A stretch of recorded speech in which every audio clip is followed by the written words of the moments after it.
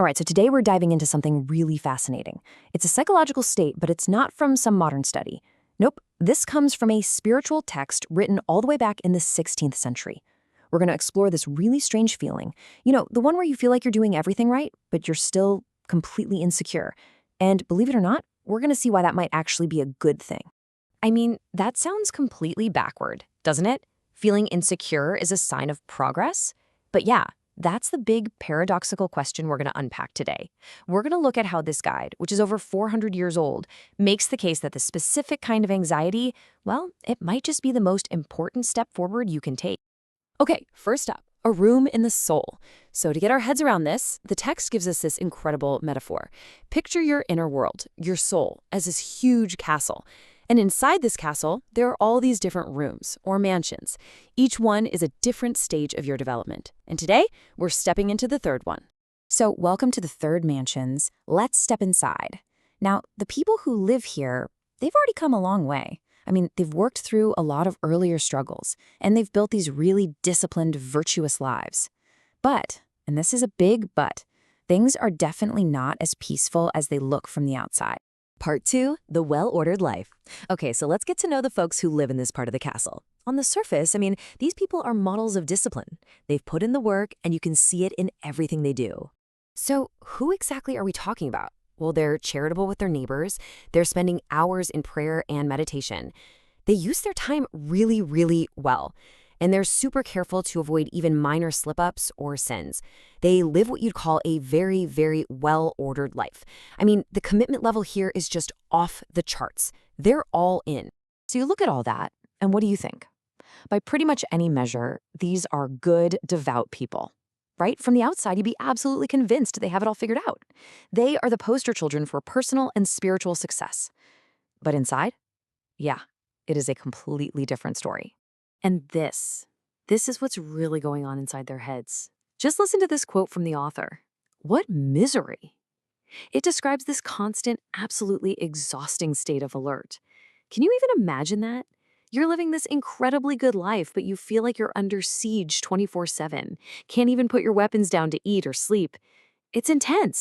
Which brings us to our next section, the danger of falling. We're going to look at the hidden fear that's lurking just behind that perfect facade. Because this feeling of being under siege, it's not just a bad mood. No, it's the central conflict of this entire stage of the journey.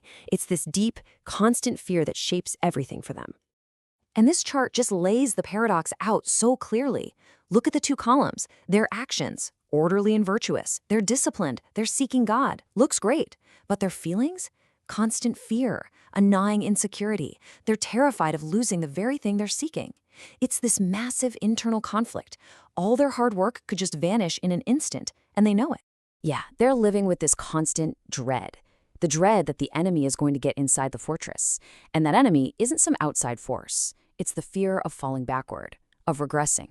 It's the terror that some old habit or some new temptation is going to break through the walls they built so carefully, and all that progress will just be gone. And here's where the author just comes right out and says it. I am wrong in saying security, for there is no security in this life. That's the bottom line. At this stage, feeling totally self-assured, thinking you've got it all locked down, that's just an illusion. And ironically, thinking you're safe is the most dangerous thing you can do. The reality is, there is no security. Okay, so if you can't rely on your own hard work for security, then what in the world are you supposed to do? Well, this brings us to the path of humility. The text lays out a guide for navigating this insecurity, and spoiler alert, it has nothing to do with trying harder or being more perfect. It's about a complete and total shift in how you see things. And here's the first piece of advice, and honestly, it is a tough one to swallow. Do not rely on yourself. The author is basically saying, look, all your good deeds, your prayers, your discipline, that's all great stuff, but it's not enough. It's not where true security comes from. You just can't find it in your own efforts, no matter how hard you try. Which leads directly to the second piece of advice. Know yourself. It makes sense, right? If you can't rely on yourself, you've got to understand why.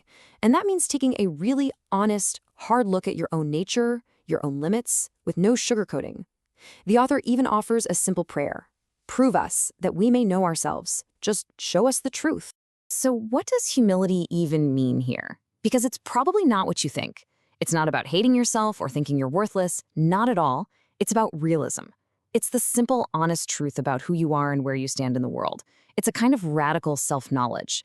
Basically, it's just living in the truth. All right, part 5, a paradoxical security. This is where it all comes together. This is the big, transformative idea.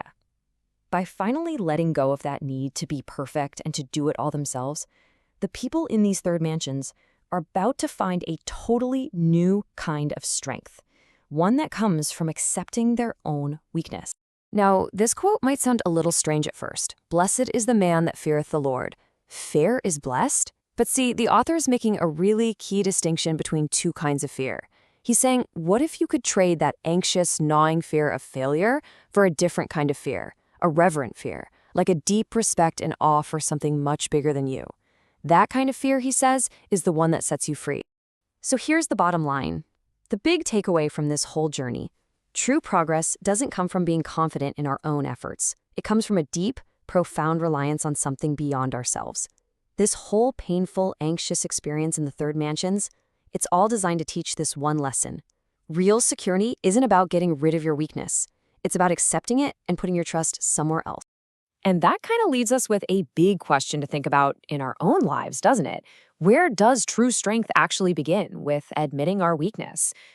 Think about your career, your relationships, your own personal goals. Where could you find a deeper sense of security, not by building your walls higher and higher, but by finally admitting, you know what? I can't guard this fortress all by myself. Something to think about.